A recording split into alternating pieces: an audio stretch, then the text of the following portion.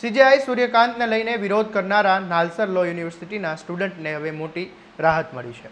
Bar council of India એટલે કે BCIએ 2026માં નાલસર લો યુનિવર્સિટીમાંથી graduate થયેલા વિદ્યાર્થીઓને વકીલ તરીકે નોંધણી પર લગાવેલી રોક હવે હટાવી દીધી છે। આ સમગ્ર મામલો હૈદરાબાદની નાલસર લો યુનિવર્સિટીના દીક્ષાંત સમારોહથી શરૂ થયો હતો।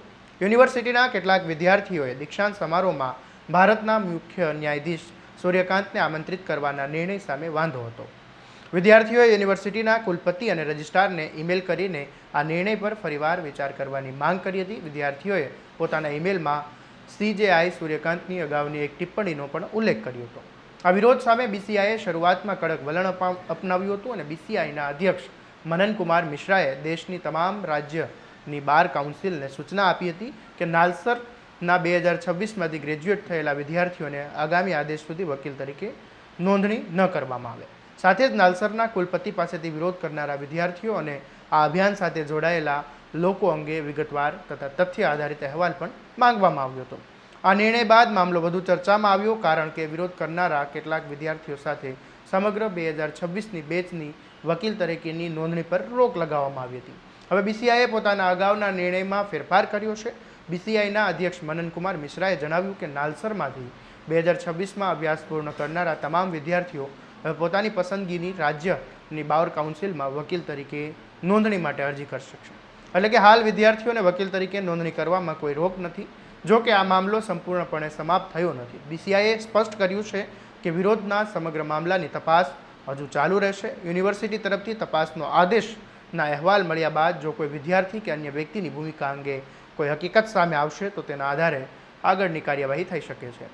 BCI તરફથી એક એવો દાવો કરવામાં આવ્યો હતો કે કેટલાક શિક્ષકો અને બહારના લોકોએ નિર્દોષ વિદ્યાર્થીઓને વિરોધ માટે ઉશ્કેરવામાં ભૂમિકા ભજવી હોવાની માહિતી મળી છે। જોકે આ અંગે અંતિમ નિર્ણય તપાસના અહેવાલ બાદ જ થશે। આ સમગ્ર વિવાદ પાછળ 20 જુલાઈના વિદ્યાર્થીઓ અને યુવાનોના વિરોધ પ્રદર્શનનો મુદ્દો પણ જોડાયેલો છે। વિરોધ પ્રદર્શન દરમિયાન પોલીસ કાર્યવાહી અંગે સુપ્રીમ કોર્ટમાં એક અરજી કરવામાં આવી હતી। આ સુનાવણી દરમિયાન સીજેઆઈ સૂર્યકાંતની એક ટિપ્પણીથી લઈને ચર્ચા થઈ હતી। નાલસરના કેટલાક વિદ્યાર્થીઓએ પોતાના ઈમેલમાં આ જ ટિપ્પણીનો ઉલ્લેખ કરીને સીજેઆઈને દીક્ષાંત સમારોહમાં આમંત્રિત કરવાના નિર્ણય સામે વાંધો વ્યક્ત કર્યો હતો। હવે BCIએ આ વિદ્યાર્થીઓને તાત્કાલિક રાહત આપી છે।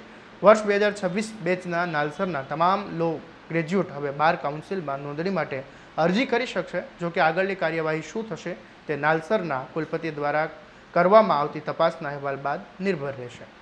આ મામલે એક મોટો સવાલ પણ ઊભો કર્યો છે કે જો વિદ્યાર્થીઓના વિરોધના કારણે સમગ્ર બેચના ભવિષ્ય પર અસર થવી જોઈએ કે નહીં।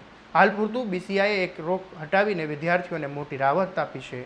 હવે તેઓ પોતાની કાયદાકીય ડિગ્રી બાદ વકીલ તરીકેની પ્રેક્ટિસ શરૂ કરવા માટે નોંધણી કરાવી શકશે।